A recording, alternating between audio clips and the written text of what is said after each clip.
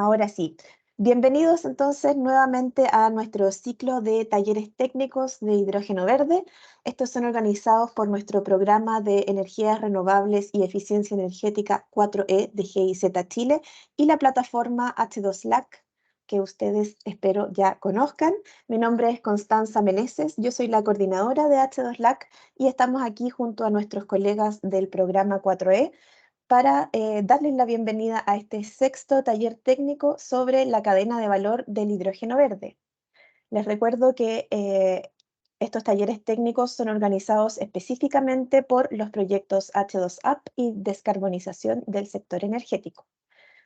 Estamos felices de ver la buenísima convocatoria que tenemos el día de hoy, más de 200 asistentes, vemos que vienen de muchas partes del mundo, veo ahí Colombia, Perú, Uruguay, Paraguay, bienvenidos todos. De eso se tratan nuestros talleres técnicos, nosotros ya les hemos dicho, este es nuestro sexto taller, hasta el momento tenemos más de 2.500 inscritos, así que estamos muy felices con la convocatoria que hemos tenido y con el interés que hay por conocer más sobre la cadena de valor del hidrógeno verde.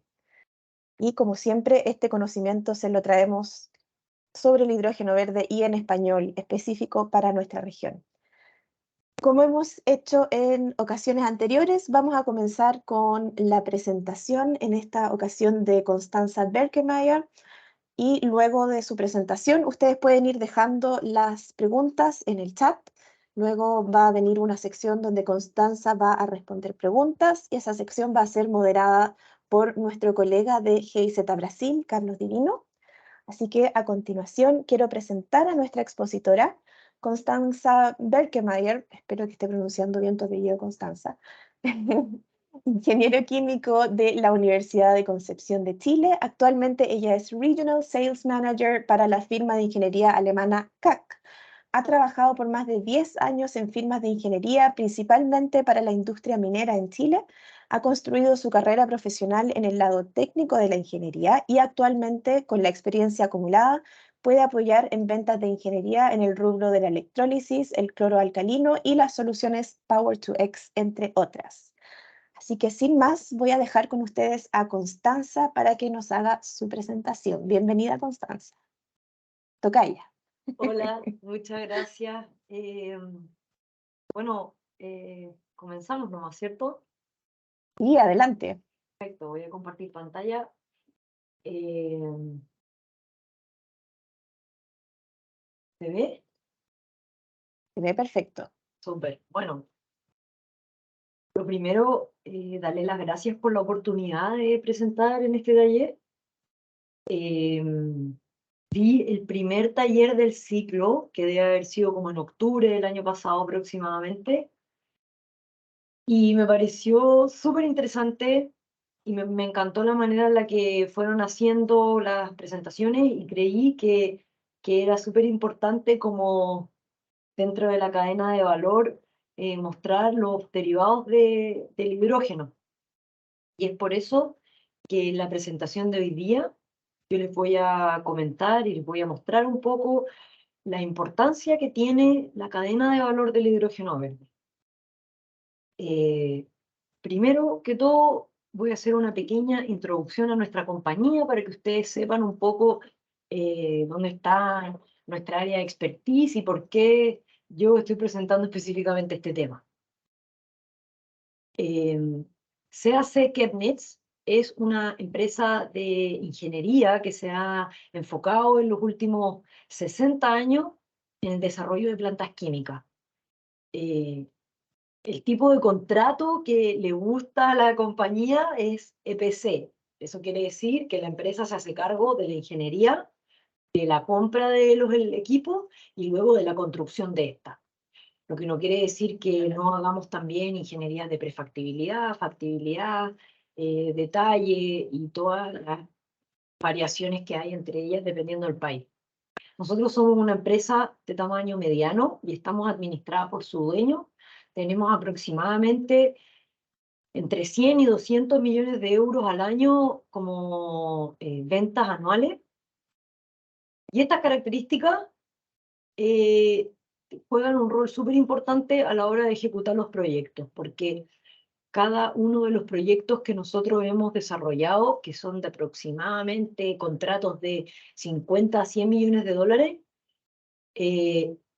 son desarrollados casi en un 100% con los recursos de la compañía en el proyecto, donde nuestro gerente general, que es el dueño de la compañía, está siempre muy involucrado en la ejecución de los proyectos, y eso demuestra un poco como la filosofía de la compañía y el nivel de responsabilidad que se toma en cada uno de los proyectos. CAC tiene oficinas comerciales en aproximadamente en 8 lugares del mundo, pero en verdad hoy día son un poco menos después de la guerra y con algunos de los limitaciones comerciales que hay posterior a la guerra de Ucrania. Hemos cerrado algunas oficinas de Europa del Este.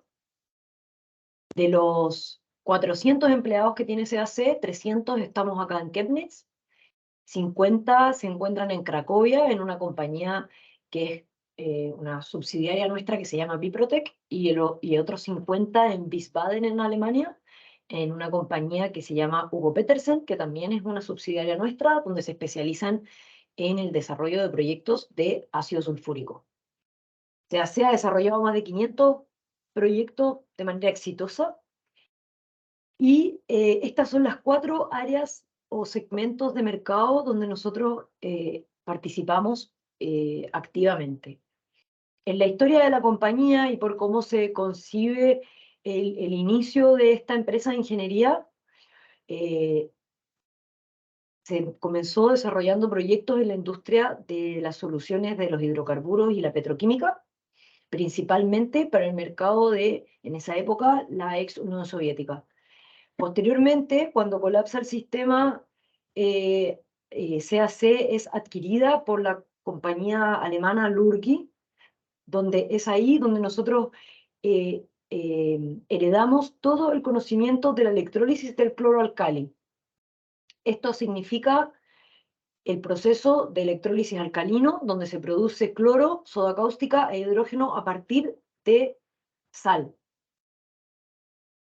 Estos dos conocimientos nos llevaron al desarrollo de nuestra propia tecnología, que comenzó hace aproximadamente 15 años, que era un desarrollo tecnológico para la conversión o síntesis de metanol hacia gasolina. Al pasar los años, este desarrollo, que comenzó como un departamento de investigación y desarrollo, se fue convirtiendo en un departamento de ingeniería, el cual finalmente, con todos los grandes hitos que ha tenido el mercado de la energía o la industria energética mundial, nosotros hemos integrado en nuestro portafolio de servicios la electrólisis del agua, la síntesis del metanol, la captura de CO2, y también las dos síntesis de metanol hacia gasolina y de metanol hacia jet fuel. Para todos los procesos que nosotros implementamos y que nosotros diseñamos, nosotros podemos utilizar licencias de terceras parties, comprar licencias o patentes que ya existan, pero para el caso de la gasolina sintética, esa es una licencia que hemos desarrollado nosotros. Y es por eso que nosotros estamos tan involucrados en la cadena de valor del hidrógeno verde, porque nosotros llevamos casi ahora más de 15 años trabajando en función a la síntesis del metanol, el muy bien conocido hoy día metanol verde. Ahora yo les quiero mostrar un poco cuáles son algunas de las barreras y los desafíos que posee el hidrógeno verde y por las cuales se debe, en algunos casos, decidir por elegir un derivado de su cadena de valor, lo que hoy día se llama energy carrier o portadores de energía. Bueno, estos son temas que se han ido conversando en cada uno de los talleres anteriores que ha desarrollado el ciclo, pero en un resumen muy rápido, el hidrógeno hoy día tiene dificultades para entrar al mercado, sobre todo en nuestra región, Latinoamérica. la entrada al mercado de hidrógeno requiere inversión privada principalmente.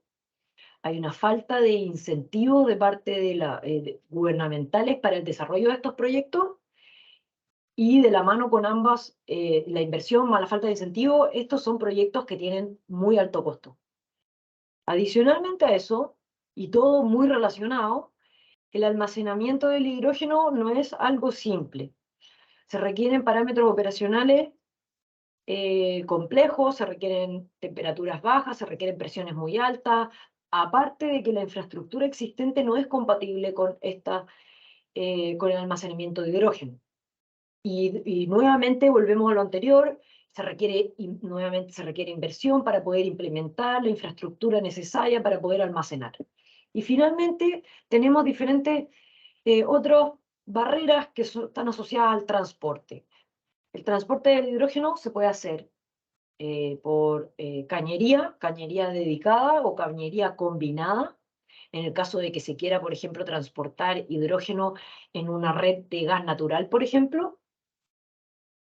Y también se puede hacer en camiones o en barcos. Sin embargo, pipeline dedicados, nuevamente hay una infraestructura. En pipeline combinados es una cantidad, entre comillas, limitada la que se puede implementar, que en muchos países ya se está haciendo. Hoy día en Chile hay un proyecto de gas Valpo que está súper avanzado en este aspecto. En Estados Unidos, por ejemplo, en la isla de Hawái, la red de gas natural ya tiene hoy día un 12% de hidrógeno. Esto es algo que ha avanzado mucho, pero que no es factible en absolutamente en todos los lugares ni en todos los proyectos. Para el caso del transporte en camiones o marítimo, también hay que pensar en la infraestructura necesaria para transportar, y lo más importante es la densidad energética que tiene el hidrógeno, que hace que el transporte sea caro.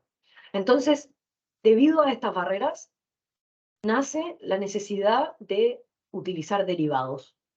Y ahí yo hice este pequeño diagrama de decisión donde uno puede decir, para cada proyecto, para cada desarrollador, ¿es mi proyecto de hidrógeno verde transportable o el producto es transportable? Bueno, si es que es transportable y tiene un off-taker, excelente, pero si es que no, pueden elegir un derivado. ¿Y cuáles son los más comunes hoy día en el mercado, de los que más de todo el mundo habla, pero no son los únicos? Son el amonio verde y el metanol verde. ¿Cómo elegir o cuándo elegir? Siempre entendiendo que no hay un contrato con un off-taker que ya está definido, por supuesto, porque la respuesta es obvia, pero si la duda está ahí, si es que existe o no disponibilidad de CO2, dióxido de carbono. Cuando no existe disponibilidad de dióxido de carbono, se promueven los proyectos de amonio verde, como sucede en el sur de Chile, por ejemplo. Cuando sí existe disponibilidad de dióxido de carbono, se promueven los proyectos de metanol, como sucede acá en Europa. Y es el metanol verde el que nos puede permitir a nosotros llegar a productos derivados. A ver, el metanol verde puede ser el producto final. Sin embargo, también se puede llevar el metanol verde hacia gasolina o a queroseno sintético. Y de eso les voy a ir hablando a lo largo de esta presentación. Esta presentación se va a concentrar en los derivados del hidrógeno verde en la ruta del metanol. Sería súper interesante tener una presentación también de amonio verde, pero no alcanzaba el tiempo. Bueno, este es el diagrama que constituye la cadena de valor del hidrógeno verde. Lo que nosotros hemos visto en el mercado en los últimos 2 años, donde nosotros hemos participado activamente en las discusiones alrededor de este diagrama, es que cada uno de los bloques de este diagrama está siendo empujado y tironeado por los diferentes stakeholders de cada bloque o de cada operación, digamos. En el caso del hidrógeno verde, hoy día está siendo muy promovido por los desarrolladores de energía renovable, ya que a través del hidrógeno verde ellos pueden desarrollar su pipeline de proyectos existentes. Sin embargo, ahí hay como un desfase entre la capacidad de producción en aquellos lugares donde el potencial de energía renovable es alto y los off-takers del sector.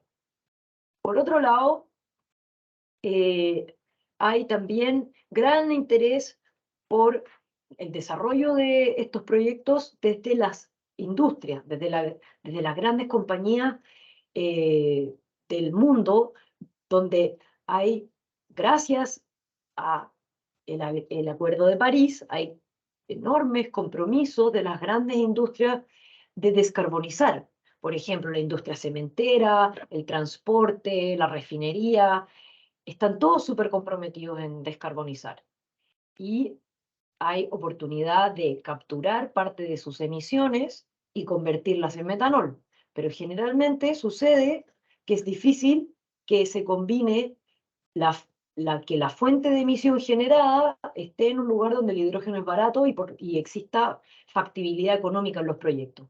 Y por otro lado, sucede exactamente lo mismo con el amonio.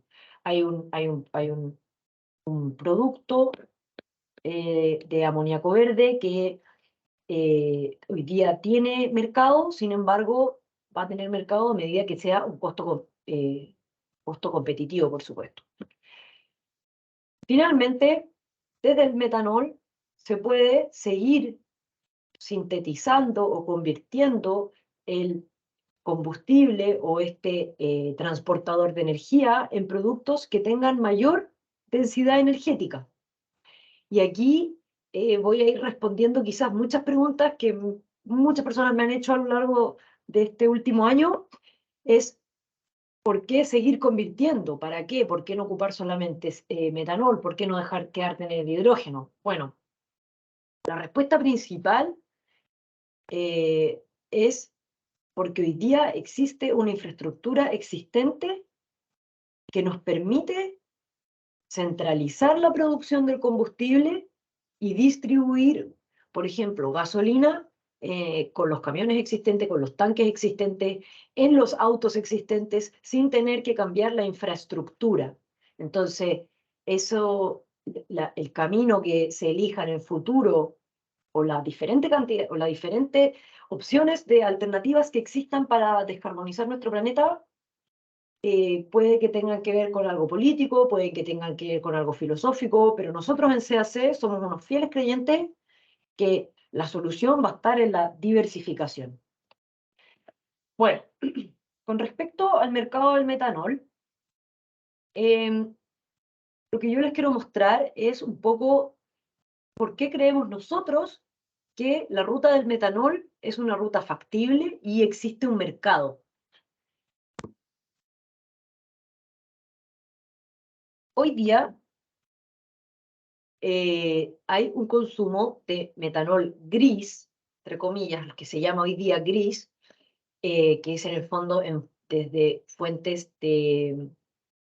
fósiles, de 98 millones de toneladas al año, los cuales el 30% de estos 98 millones, casi 30 millones, se utilizan para ser mezclados con combustibles y el 70% restante se utiliza en la industria química. Es un producto que hoy día está como materia prima de casi todas las cosas que nosotros vemos a nuestro alrededor. Y el origen de estos 98 millones anuales de metanol es a partir de carbón o en un 35% y gas natural en un 65%. Por otro lado, en el mapita que pongo aquí en medio, ustedes pueden ver que todos esos puntos son puertos que hoy día ya poseen infraestructura para recibir o descargar metanol en el mundo, considerando que el metanol verde, gris o azul tiene que ver con el origen de la materia prima para producir el producto, pero el producto es el mismo. Entonces, si yo tengo un puerto en Chile, por ejemplo, que puede recepcionar y almacenar metanol, también me va a servir esa misma infraestructura para recepcionar y transportar metanol, e-metanol, o biometanol, o metanol verde, como le quieran decir. El concepto economía circular del metanol es un concepto que se instauró en los años 70. Es algo que no es nuevo, es algo que ha sido súper estudiado, pero obviamente habían otros drivers hace 50 años que no hicieron que la economía circular del metanol, perdón, se desarrollara. Sin embargo, a la fecha han habido una serie de hitos o señales que nos ha entregado el mercado, voy a decir, que nos indican que esta ruta es súper factible. ¿Cuáles son esos hitos? Y no los voy a decir en orden, pero en orden cronológico. Primero tenemos el compromiso de casi todos los países del mundo de descarbonizar el planeta de acuerdo al Acuerdo de París.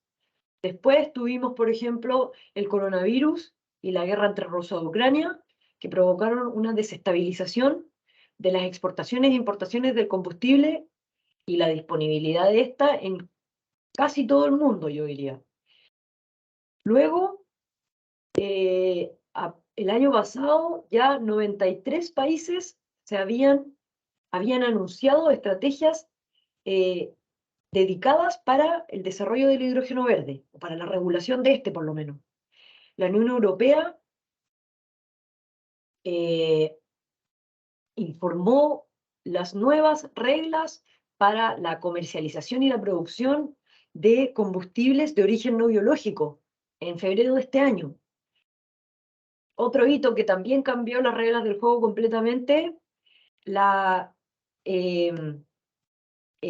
acto de reducción de inflación de Estados Unidos, que dentro de sus pilares para reducir la inflación es el desarrollo de energía y proyectos verdes en Estados Unidos, que está dispuesto a invertir 370 billones de dólares en proyectos asociados a energías verdes. Por otro lado, la IATA, que es la International Air Transport Association, se compromete al net zero en toda la industria de aviación internacional, donde la mayoría de las aerolíneas internacionales están comprometidas a hacerlo, y el elemento principal para hacerlo son los combustibles sintéticos. Y finalmente, que es la guinda de la torta, podríamos decir, el anuncio de octubre del año pasado de la compañía naviera Maersk, donde ellos indican que todos sus barcos van a operar en base a metanol verde, y eso quiere decir que de aquí al 2020, al 2030 requieren 1 millón de toneladas año para poder eh, transportar toda su logística. Eso es un poco para que nos hagamos una idea del mercado. Bueno, voy a ir un poco más rápido porque parece que me he tomado mi tiempo, pero bueno, yéndonos un poco más a cómo obtengo metanol verde, cómo lo hago. Ya, está en este diagrama, tenemos al medio,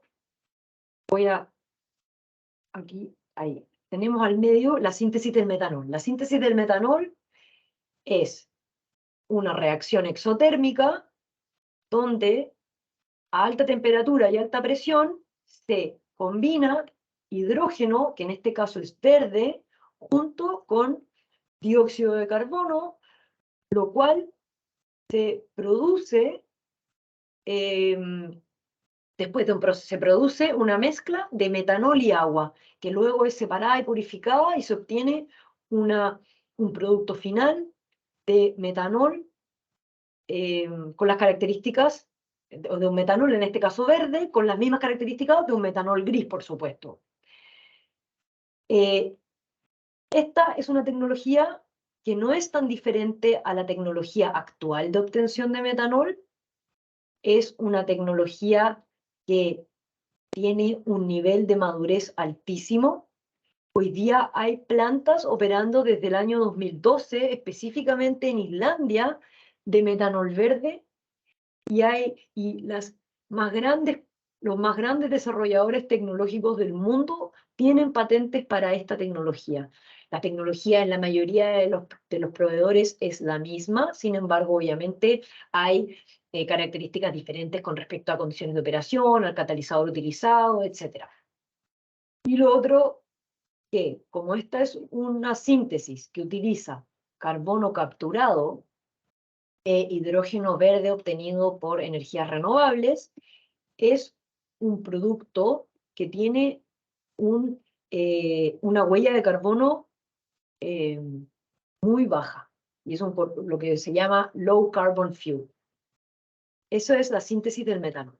Pero ahora todos nos preguntamos ya, ¿pero de dónde sacó el CO2? Bueno, en este diagrama acá están casi todas las alternativas de dónde puede salir el CO2. Hay una alternativa que está súper de moda, que se ha conversado mucho en el último tiempo, que es la captura del CO2 desde el ambiente. Esto se hace a través de una tecnología que se llama Direct Air Capture, que hoy día no hay muchas plantas en el mundo operando con esta tecnología. Es una tecnología que tiene ciertas limitaciones desde el punto de vista económico, pues su demanda energética es súper alta, pero que las grandes compañías que están invirtiendo en energías renovables también están invirtiendo en Direct Air Capture, como por ejemplo las cementeras, cuyas emisiones son casi imposibles de reducir. Y por lo tanto, el desarrollo de esta tecnología lo más probable es que sea rapidísimo y que en los próximos 6 meses esta conversación sea completamente diferente. Luego hay dos posibles fuentes de CO2, que son CO2 biogénico o CO2 de origen no biogénico. ¿Cuál es la diferencia? Es que uno de ellos es obtenido a través de la degradación de materia orgánica, y el CO2 que no es biogénico es obtenido de la combustión de un combustible fósil. Estos elementos generalmente se capturan en un proceso en una planta industrial y se puede llamar captured on source, captura en la fuente.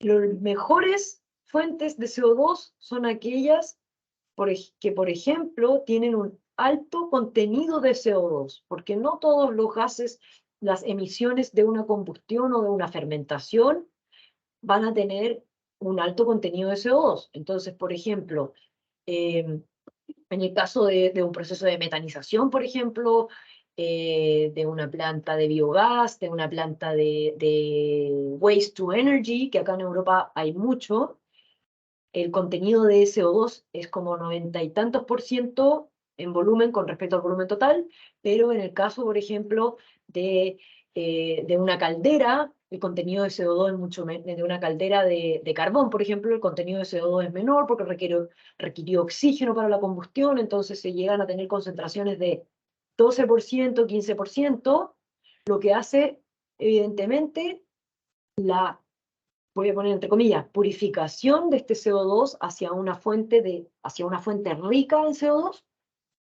mucho más caro el proceso y más difícil.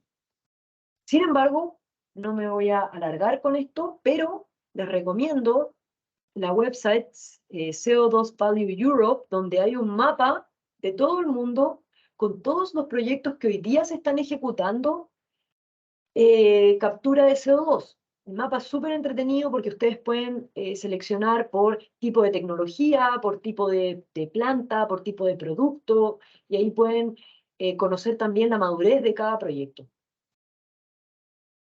Bueno, ahora que ya vimos un poco cómo se puede hacer la síntesis del metanol, de dónde obtengo el CO2, de dónde obtengo el hidrógeno, tenemos el producto final metanol, que puede ser utilizado como metanol, como materia prima para la industria química, como mezcla para combustibles, o también, por ejemplo, para los futuros barcos de las grandes navieras, que probablemente van a cambiar sus motores a combustión interna por por celdas de metanol. Pero también existe la alternativa de seguir sintetizando el metanol hacia gasolina sintética, por ejemplo. Solamente para hacer una impresión del posible o potencial mercado que tiene la gasolina sintética. Hoy día la industria de automóviles, de pasajeros voy a decir, en el mundo es de 1,4 billones de vehículos. Como para que tengamos una idea en orden de magnitud, en Alemania hay 49 millones, en Brasil hay 45 millones, en México hay 36, en Argentina 14, en Chile 6 millones de autos, en el fondo, de coches.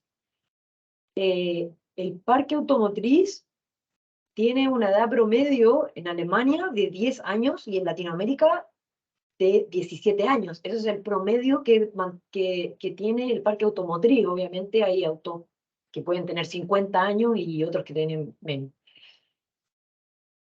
Entendiendo que el parque automotriz no siempre utiliza gasolina, pero por ejemplo en Alemania es un 45% del mercado del parque automotriz completo. Por lo tanto tenemos como 20 millones de autos a gasolina. En Latinoamérica sería lo mismo.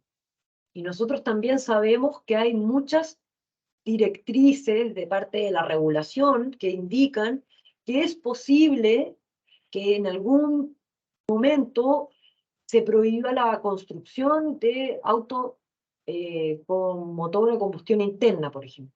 Pero de ser así, todavía vamos a tener por próximos 20, 30 años los autos existentes que habían en ese momento.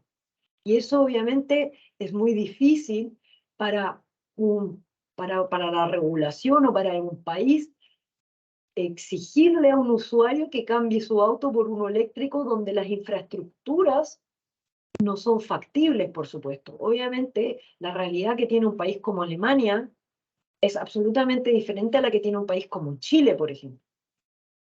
Y otro tema que también hay que evaluar es que en Europa, la gasolina hoy día vale aproximadamente 1,7 euros el litro. Y en los diferentes países de Latinoamérica es diferente, pero ese es un valor que hace muy competitiva la gasolina sintética. Por otro lado, también tenemos las refinerías. Hoy día en el mundo hay 740 refinerías que producen todo el portafolio de productos que tiene una refinería, sin olvidar la industria petroquímica, que es en el fondo, o sea, para empezar a conversar los plásticos que ocupan obviamente productos de la refinería para su producción. Entonces también hay que pensar qué va a pasar con la industria refinera cuando se elimine el consumo, por ejemplo, de gasolina o de diésel. Solo para tener una idea, en Europa hay 156 refinerías y en Latinoamérica hay 62. O sea, las decisiones políticas que se hagan en los próximos años van a tomar todo esto en cuenta y es tan compleja la decisión que nosotros creemos que hay espacio para los combustibles sintéticos. Sobre todo que las grandes refinerías del mundo, que probablemente tienen bastante poder de lobby o de negociación con los gobiernos, todas en sus planes estratégicos de descarbonización tienen considerado los combustibles bajo carbono, sin ponerle nombre que sean e-fuels, biofuels, pero son combustibles con una huella de carbono menor. Entonces, esta es la ruta que nosotros creemos que podría tener un tremendo mercado en los próximos 10 años en el mundo.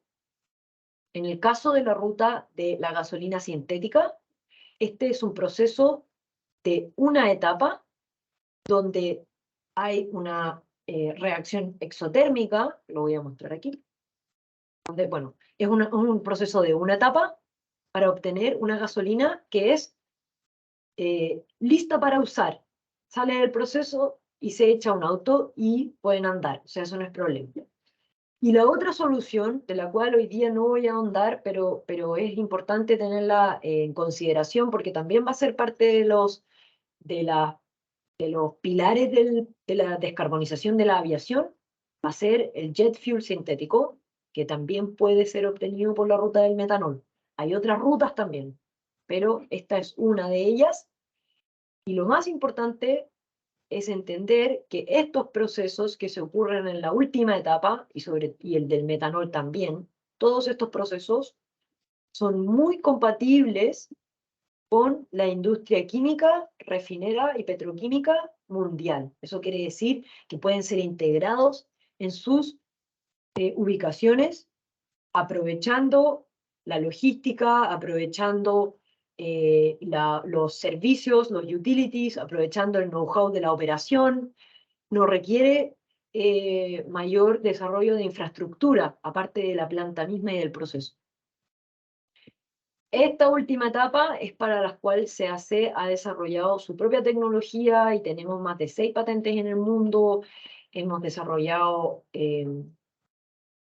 hemos producido a la fecha más de 150.000 litros de gasolina, probada, estable y compatible con ser vendida acá en Europa, por lo menos. ¿Qué vemos nosotros? Nosotros vemos que la primera etapa del proceso puede ser perfectamente producida en aquellos lugares donde la energía renovable tiene mayor potencial. Y obviamente aquí juega un rol clave Latinoamérica. Y después vemos que los futuros procesos de conversión pueden ser desarrollados en cualquier parte del mundo. Ideal que sea todo integrado en el mismo lugar.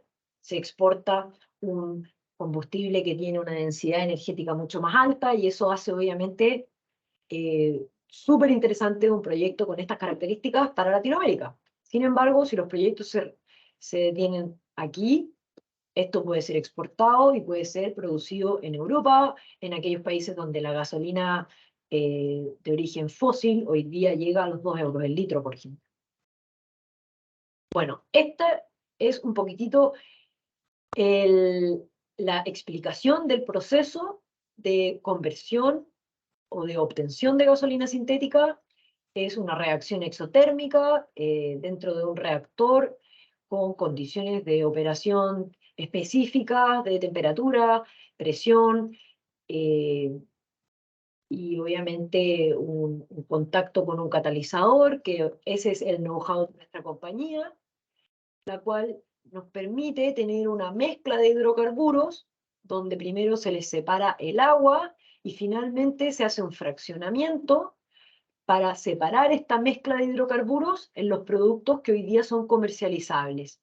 Gasolina, LPG, o sea, gas licuado, y gas de combustión. Y el gas de combustión puede ser utilizado en la misma planta para producir, por ejemplo, vapor y los utilities. Entonces, obviamente, esto es un ciclo cerrado de energía.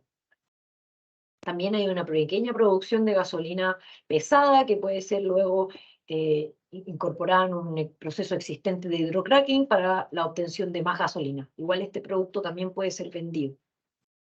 Esto es un poco para que se hagan una idea.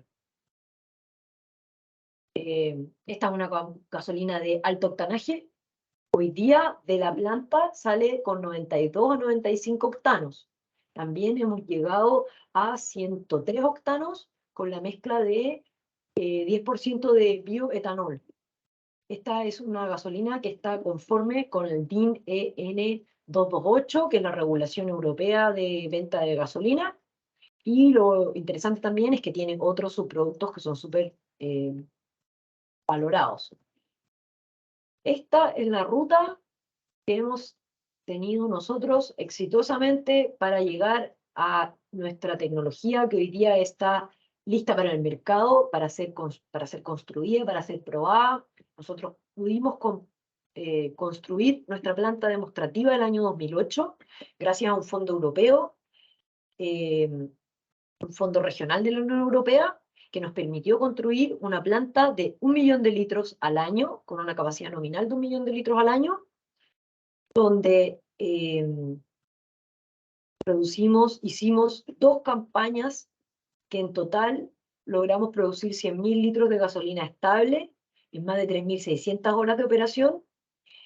Con el know-how obtenido hasta ahí, buscamos la optimización del proceso, desarrollamos un nuevo diseño de reactor escalable, más o escalable más fácil y con un proveedor de reactor internacionalmente reconocido, lo cual eso también nos da mucha seguridad porque el diseño del reactor no es una innovación, es un reactor que ya está hoy día instalado en, no sé, 500 lugares, entonces obviamente eso también le da menor riesgo al proceso. Luego, el año 2017, nosotros instalamos un laboratorio demostrativo donde el objetivo principal es el estudio de los catalizadores y las condiciones de operación para poder mejorar la selectividad del producto. Después participamos en un proyecto de investigación que se llama C3 Mobility, creo que lo tengo, no, después lo tengo.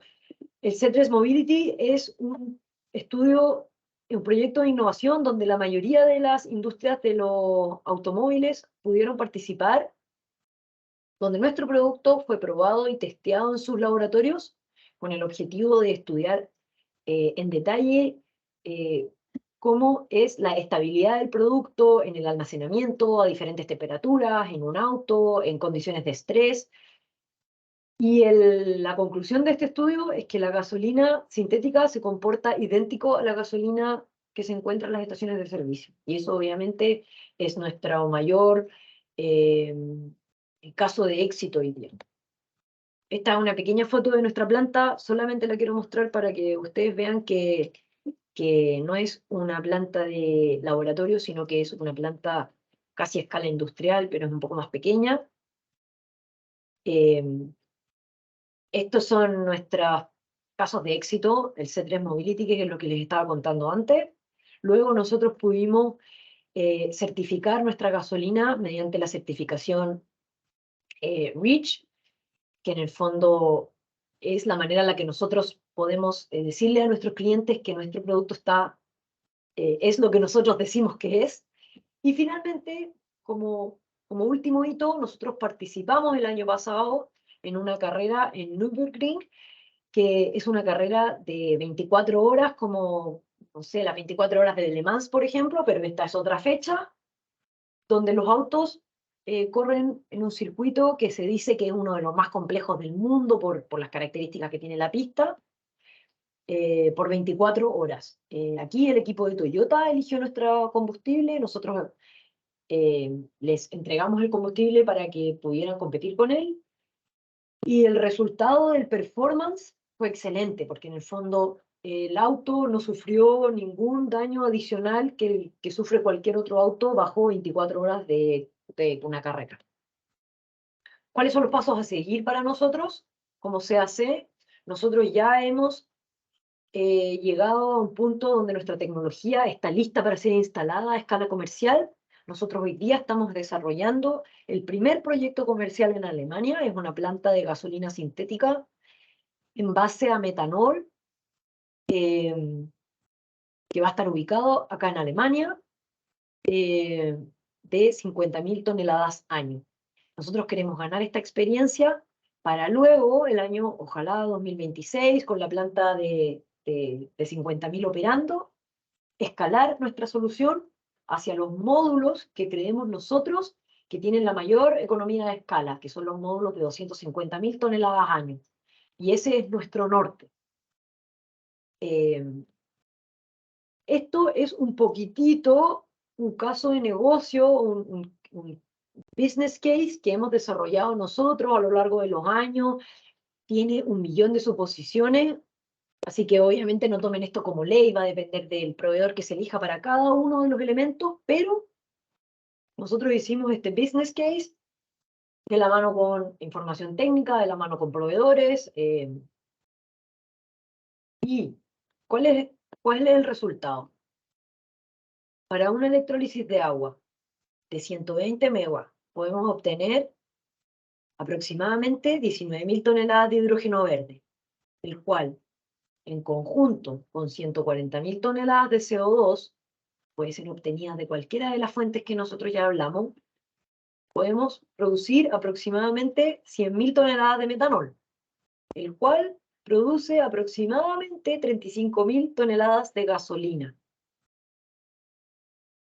Esta gasolina debido a que reduce CO2 del ambiente, puede generar tickets de carbono, los cuales pueden ser vendidos en el mercado de tickets de carbono, y nosotros hemos hecho un análisis en base a los precios históricos de los tickets y hemos llegado a que el costo final del producto, reduciéndole la venta del ticket de carbono, nos permite llegar a una gasolina de aproximadamente 1 euro el litro. Y eso es un valor que, de acuerdo a nuestros paneles estratégicos, que son los off-takers de Alemania, es un valor absolutamente competitivo, los cuales ellos hoy día están dispuestos a comprar esa gasolina a ojos cerrados. Esto lo hemos conversado con una asociación que se llama eFuels GmbH. Es una asociación de 1.200 estaciones de servicio que venden aproximadamente 500 millones de euros al año en gasolina, y ellos son unos promotores de la gasolina sintética porque obviamente ellos quieren mantenerse quieren mantener sus negocios andando con la infraestructura existente, y obviamente hay interés por todas las partes de que esto funcione. Eso es un poco la presentación que yo les quería mostrar con respecto a la gasolina sintética. Y finalmente voy a cerrar mi presentación con una pequeña explicación de lo que creemos nosotros que es el estatus del queroseno sintético. Hoy día hay muchísimo interés sobre el queroseno en base a metanol. Nosotros y muchos otros proveedores de tecnología o desarrolladores de tecnología estamos, entre comillas, estancados con la certificación que este requiere para poder llevarlo al mercado. Esta es la certificación ASTM, la cual requiere una cantidad de queroseno muy grande para poder llevarlo, para poder probarlo y llevarlo al mercado. Y eso quiere decir que para poder producir esta cantidad de queroseno hay que hacer una inversión de aproximadamente 100 millones de euros. Obviamente, esto es algo que a nosotros nos interesa muchísimo hacer, y a todos los otros proveedores de tecnología también, y es por eso que nosotros hemos hecho un grupo de trabajo entre todos aquellos tecnólogos que quieren certificar su queroseno sintético con ASTM. Nosotros trabajamos en conjunto para encontrar la mejor ruta de certificación y la más rápida.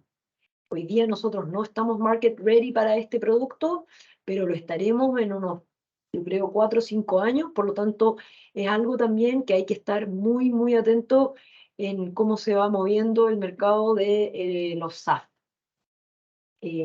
Bueno, muchísimas gracias por su tiempo. Espero haber sido lo más clara posible, y nada, estaría feliz de responder las preguntas que tengan. Ojalá poder responderlas todas. Muchas gracias, Constanza, por tu presentación.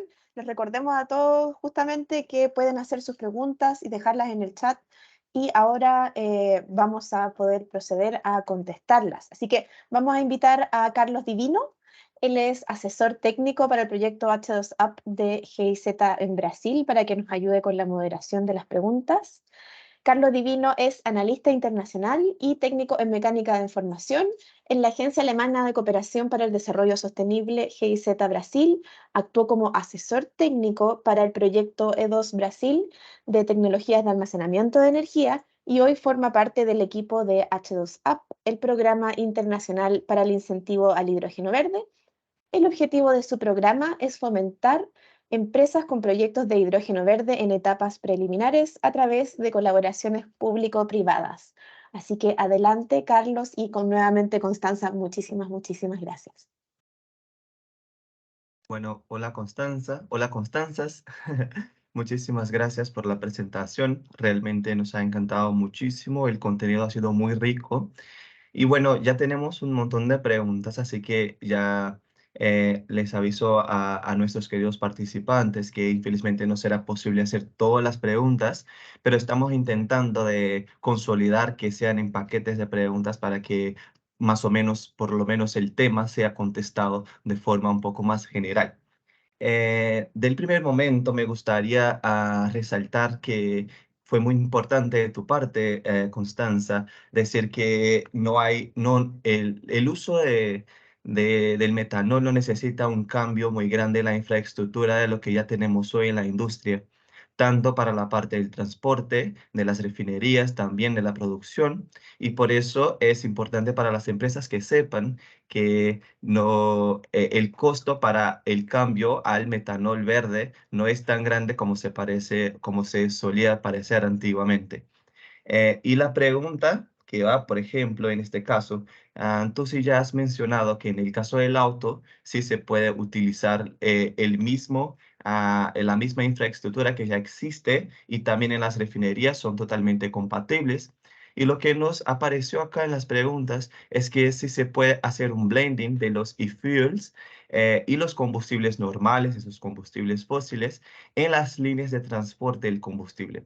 Si hay algún proyecto que conozcas que esta parte de la combinación de esos dos tipos de combustible ya se aplique. Sí, absolutamente.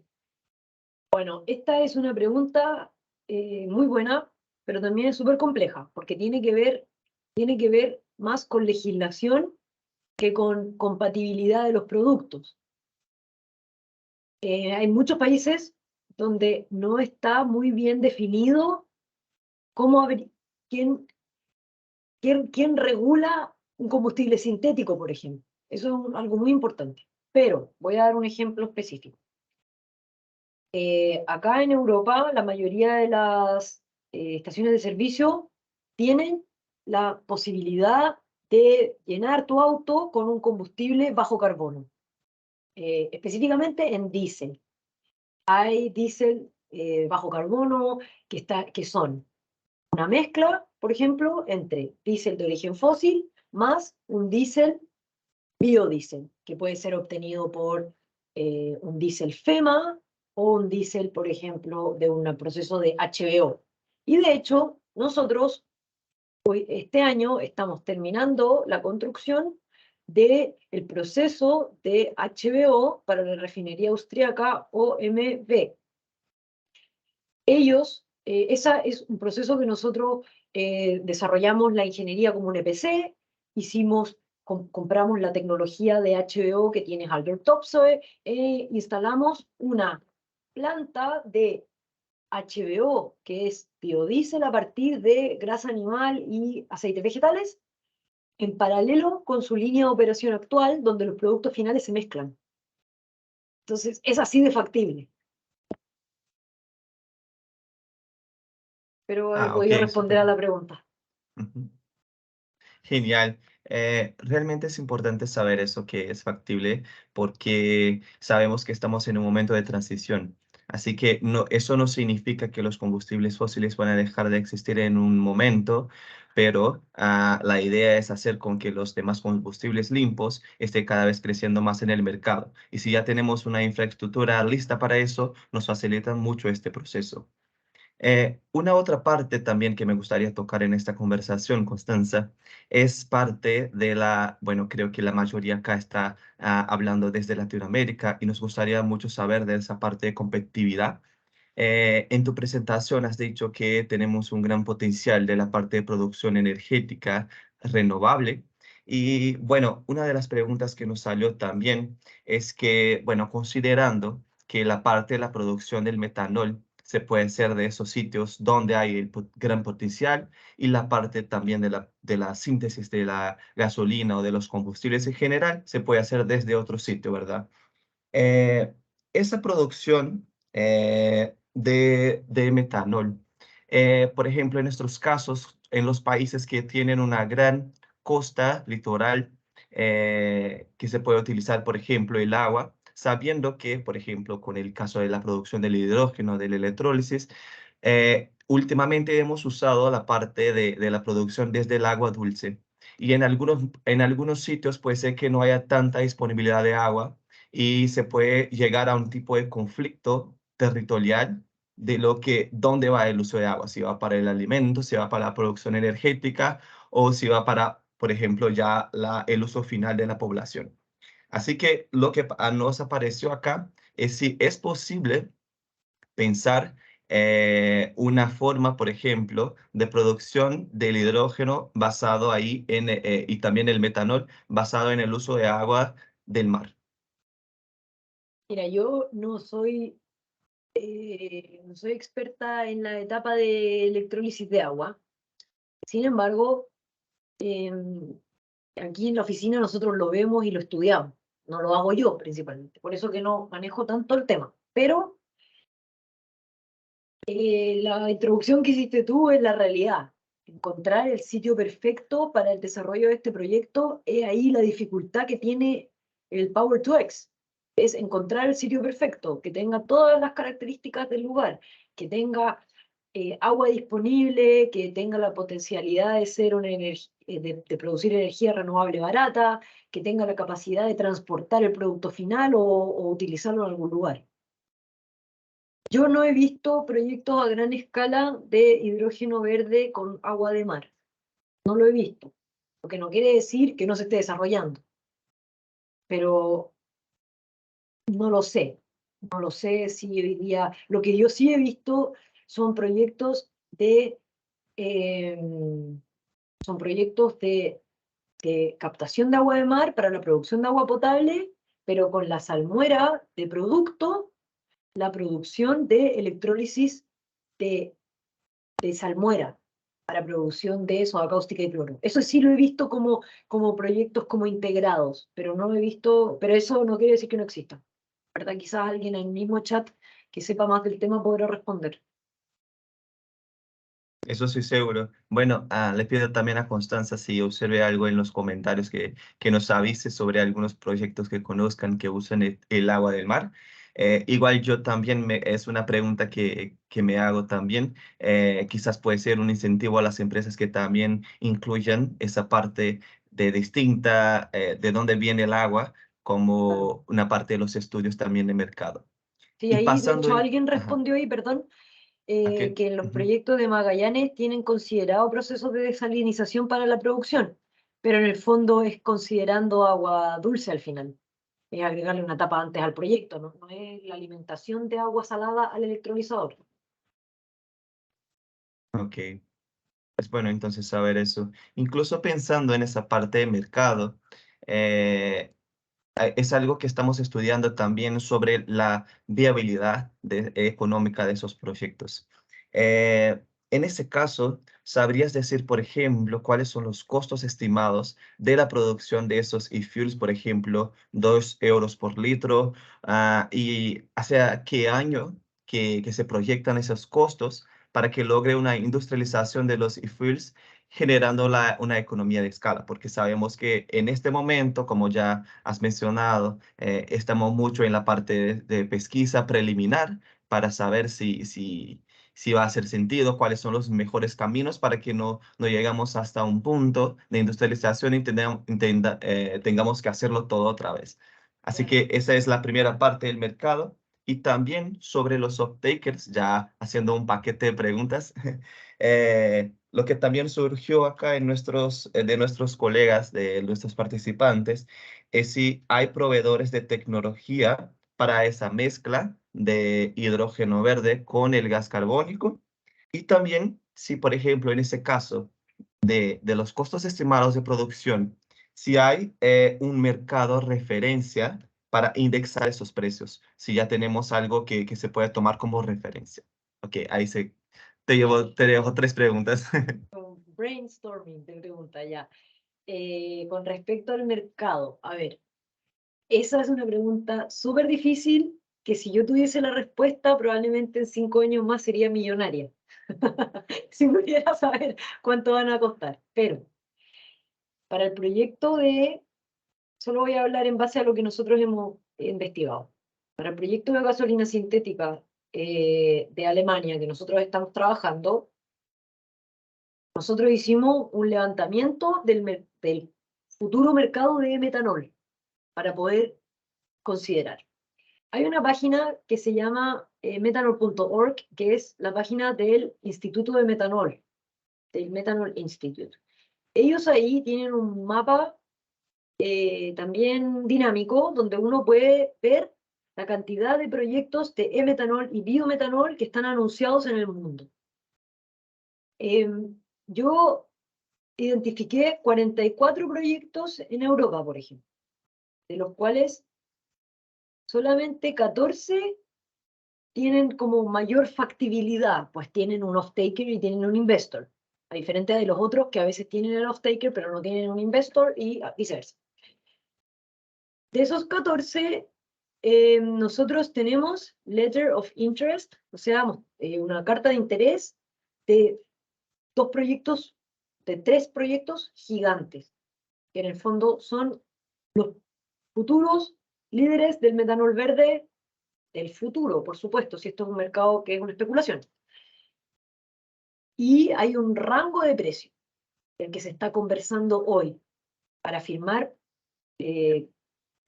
cartas de interés para los próximos 5 o 6 años. El rango de precios que dicen ellos varía entre los 1.000 y los 2.000 euros en la tonelada. Y ahí empiezan las condiciones dependiendo de un millón de factores, dependiendo la huella de carbono exigida, dependiendo del tipo de certificación, dependiendo la fuente de CO2, porque hay algunas que tienen fuentes de CO2 que son un poco más puras que otras. Sin embargo, lo que se comenta, porque esto también es un poco como de especulación, es que Maersk, que va a ser uno de los principales off-takers del mundo, no está dispuesto a pagar más de 900 euros la tonelada. Y si no me equivoco, si es que me equivoco ahí, que alguien me corrija en el grupo, el metanol gris hoy día vale como 400 euros la tonelada, entre 400 y 500. Obviamente, desde el coronavirus hasta hoy día, los precios están como locos, pero 400, 500 euros la tonelada. Entonces, sí hay una indicación de cómo se va a ir moviendo esto. Sin embargo, la ruta del carbono como la cadena de valor del hidrógeno verde va a depender de que todos los proyectos anunciados, va a depender de qué porcentaje de los proyectos anunciados sean ejecutados. Porque finalmente tiene que ver con eso, tiene que ver cuánto hidrógeno va a haber disponible, que es lo primero, y la economía de escala que pueda lograr cada uno, ¿no es cierto? Y bueno, y obviamente también va a depender el nivel de incentivo que tengan los países. O sea, acá en Europa hay ciertos incentivos, pero el mayor incentivo para que los proyectos tengan un caso de negocio son la venta de tickets de carbono. Pero en Estados Unidos informaron 370 billones de dólares para promover esta industria. Entonces ahí tú piensas quizás con ese tipo de incentivos quizás se pueden llegar a tener valores más competitivos. Eso con respecto al metanol y a los e-fuels. Con respecto a la gasolina sintética, el valor que les doy, yo les comenté, es un valor levelized cost. Entonces es un valor futuro traído hoy día. Así que no es necesario proyectarlo. ¿Qué va a pasar con eso en el futuro? No lo sé. Creo que va a depender mucho también de la regulación. Va a depender mucho de la regulación y va a depender del mercado. Cuánta demanda haya y cuán grandes sean los actores que lo produzcan y que lo distribuyan. Con respecto a la síntesis del metanol, hoy día los más grandes desarrolladores de tecnología ya tienen patentes para este proceso. Yo no quise nombrar ni uno en la presentación porque no le quiero hacer propaganda a nadie, pero en el fondo, a ver, que conozca yo, Haldor Topsoe, Liquid Wind, si no me equivoco, CRI, Carbon Recycle International. Tengo una lista, pero son millones. O sea, no millones, pero hay 10, por ejemplo. Y es una tecnología que está súper madura. Y para aquellos que quieran investigar un poco más, métanse a la página de methanol.org, Renewable Methanol, y ahí aparecen los proyectos, quiénes son los actores que hoy día la llevan en este rubro. Eso, no sé si respondí todas las preguntas. No, claro, perfectamente. Ya pasaste por todas las tres que hemos mencionado. Incluso también nos surgió algunos comentarios mientras explicabas sobre esa parte de los precios y también de lo que hemos comentado antes del uso del uso del agua salada para la producción del hidrógeno. Algo muy interesante que nos apareció acá es que voy a leer el comentario. La desalinización no tendría un impacto económico relevante en la producción, más o menos 5 centavos por kilograma, y la mayoría de los proyectos en Chile consideran la desalinización para la producción de hidrógeno verde, sobre todo en la región de Antofagasta. Eso comentó Rodrigo de GIZ Chile. Y bueno, acá también me parece que muchas personas ya están comentando que sí se puede considerar el agua salada y eso nos alegra muchísimo para saber que ya tenemos más abundancia entonces para la producción del hidrógeno a nivel industrial, ¿verdad? Por supuesto, y gracias por el feedback de los colegas. Sí, muchas gracias por los comentarios. Pasando un poco incluso para esa parte, creo que es también de interés de CAC para decir, porque en la mayor parte que hemos comentado aquí, estamos hablando de los combustibles utilizados basados en el metanol y en el hidrógeno verde para el uso en los automóviles, es decir, en los autos y también en los aviones. Una pregunta que surgió es que si existen, si ustedes saben, si existen productos o procesos productivos en base a este metanol que está generado por ustedes, que no signifique la combustión de este. Así como tenemos, por ejemplo, en el caso de amonia, que se puede usar para la producción de zinc crudo, algo así, pero también se puede usar como un fertilizante. Nos gustaría saber si este metanol se puede usar para otros productos para saber si existe un potencial de transformar este proceso en una u otra forma de suminero de carbono. Sí, voy a responder esta pregunta porque, a ver, como yo expliqué en una de las primeras diapositivas de mi presentación, de las 98 millones de toneladas anuales de demanda de metanol en el mundo, como 70 casi son para la industria química, donde hoy día casi en un 100% se utiliza como materia prima para, para productos, no para la combustión.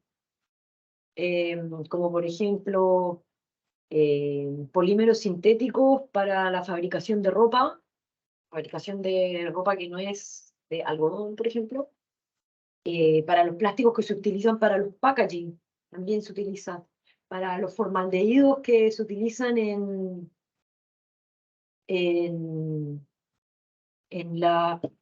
como pegamento en los tableros de madera, que son rellenos que no son en el fondo madera pura, sino que, ¿cómo se llaman?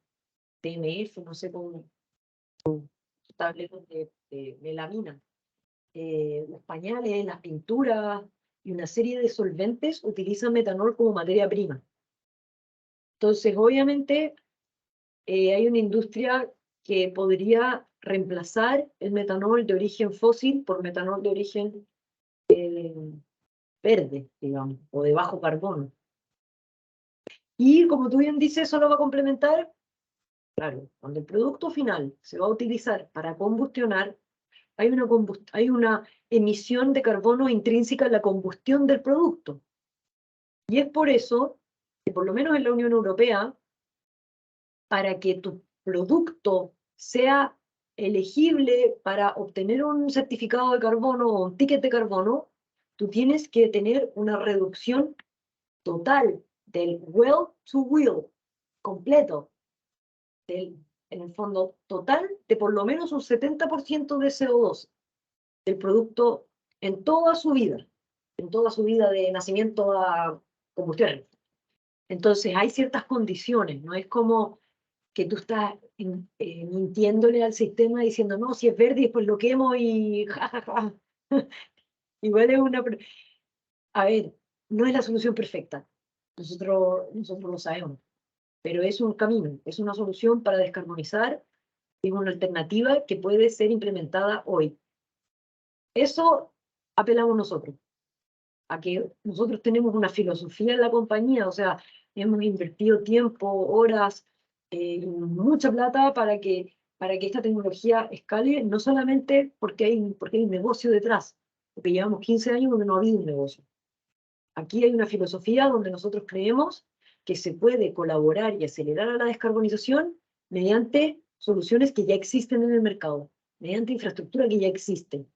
Y mientras esperamos que los políticos se pongan de acuerdo para encontrar la solución perfecta, nada cambia.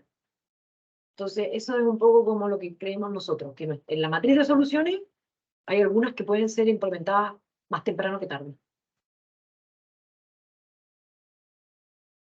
Muy bien, Constanza. Es realmente bueno saber que la idea es justamente amplificar estas plantas de producción a niveles industriales y que se pueda utilizar en todo el mundo. Incluso si hay, por ejemplo, algunas compañías que estén interesadas en ingresar en este tipo de mercado, que sabemos acá que hay muchos stakeholders, si se puede estimar cuál es el monto de la inversión en una planta de producción de gasolina sintética y también cuáles son las variables que se debe considerar, por ejemplo, sobre la materia prima, por el transporte, el metanol, todo eso creo que en el estudio preliminar hay que se considerar antes de invertir en el CAPEX de una planta de gasolina sintética. Así que todo eso, si puedes más o menos darnos un panorama de lo que es eso, las variables y también el monto estimado para la producción de una planta. Ya, a ver, es una pregunta súper compleja y basada en 1 millón o quizás 2 millones de suposiciones, pero voy a centrarme en la última parte del proceso, desde metanol hasta gasolina. Nosotros hemos estimado, también basándonos en 1 millón de suposiciones, CAPEX y OPEX, para tener una idea, porque obviamente esta es una pregunta que es lógica. Una planta de aproximadamente 50.000 toneladas al año debiera costar alrededor de 100 millones de euros. Lo cual, si uno lo mira como el valor bruto, es harta inversión, pero cuando uno lo lleva al levelized cost of product, al valor nivelado del producto, de los 3 euros totales que vale el producto antes de reducción de los tickets de carbono, menos de 1 euro es OPEX y CAPEX. Casi 2 euros provienen del costo del metanol. Y esto es con suposiciones que hacen que para mi opinión, porque yo todavía no lo he estudiado, América Latina sea mucho más interesante, porque las suposiciones de los cálculos que tenemos nosotros son con energía a 80 euros el mega, con un metanol que está producido en América y está enviado a Latinoamérica, o sea, perdón, en Latinoamérica enviado a Europa. Eh, eso. No sé si se responde un poco la pregunta. Sí, respondes perfectamente y ya me hace a llevar a una otra pregunta más.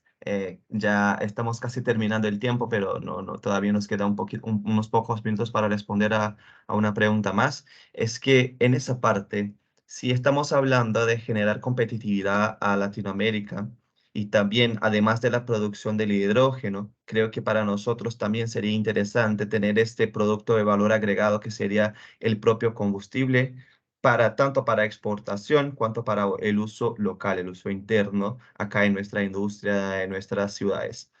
¿Qué están pensando ustedes en CAC sobre la preparación de la tecnología, la transferencia tecnológica a Latinoamérica?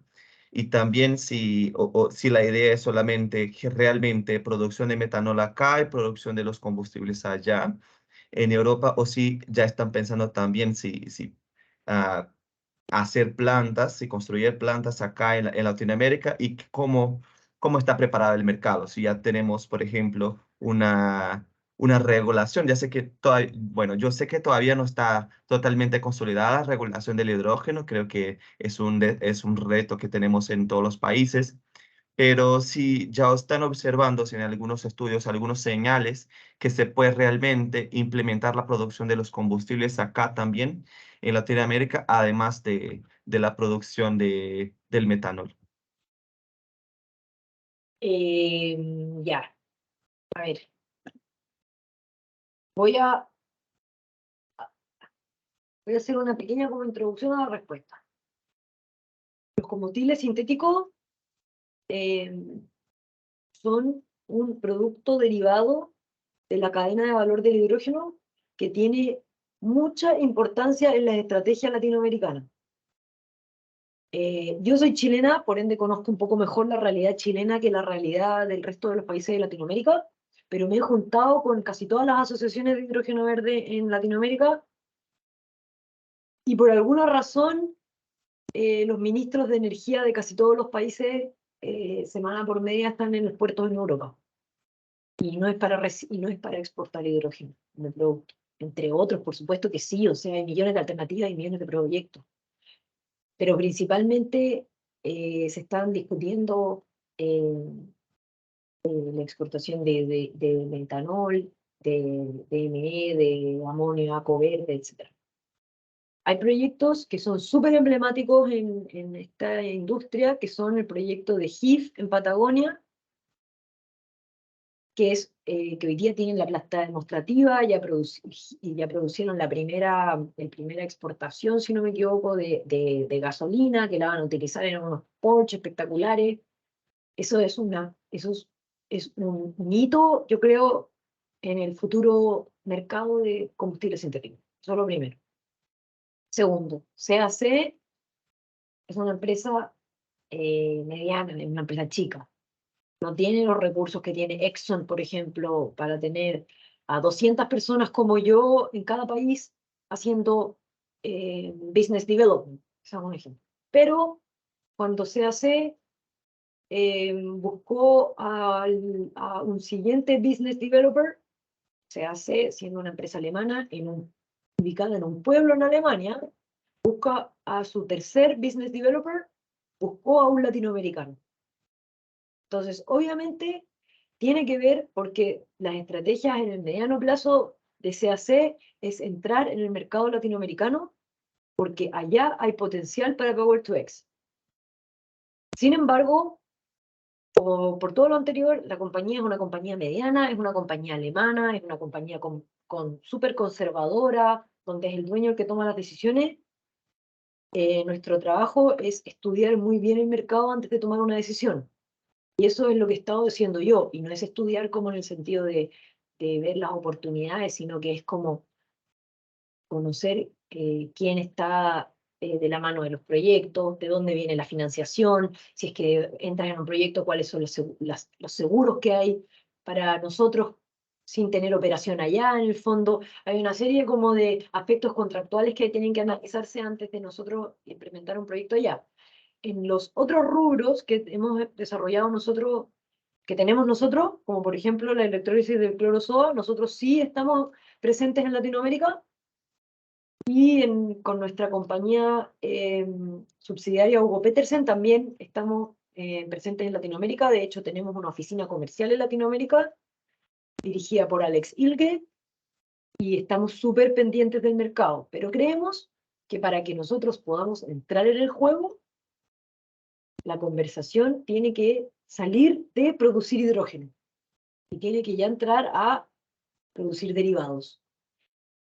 Eso no hay ningún problema. Nosotros nos hemos juntado con la mayoría de los desarrolladores de hidrógeno verde en Chile, porque es importante que ellos sepan quiénes somos, dónde estamos y cuándo podemos apoyarlo, pero cuando la conversación todavía de producir hidrógeno no es nuestro core business. Y nosotros no somos productores de gasolina, nosotros no somos vendedores de producto.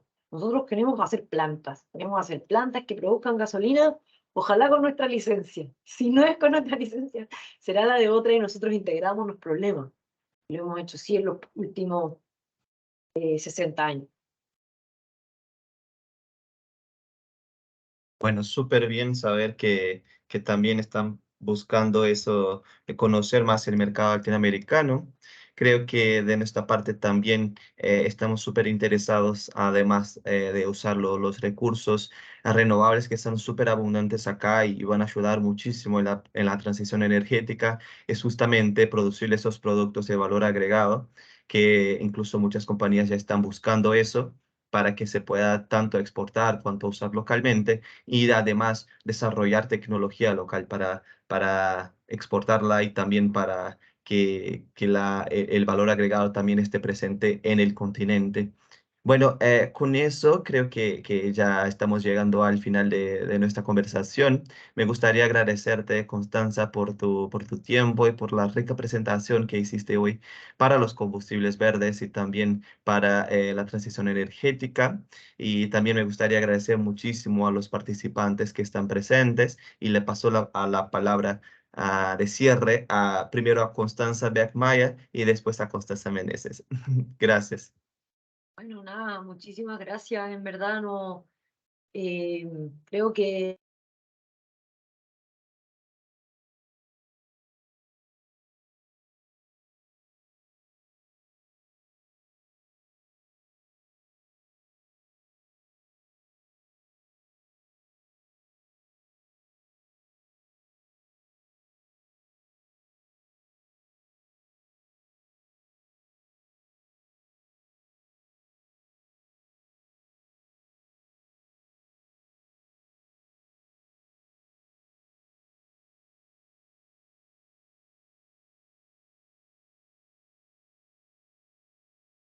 constantemente, así que no tendría problema ir a presentar allá. Y nada, o sea, eh, a mí me gusta mucho el tema, me apasiona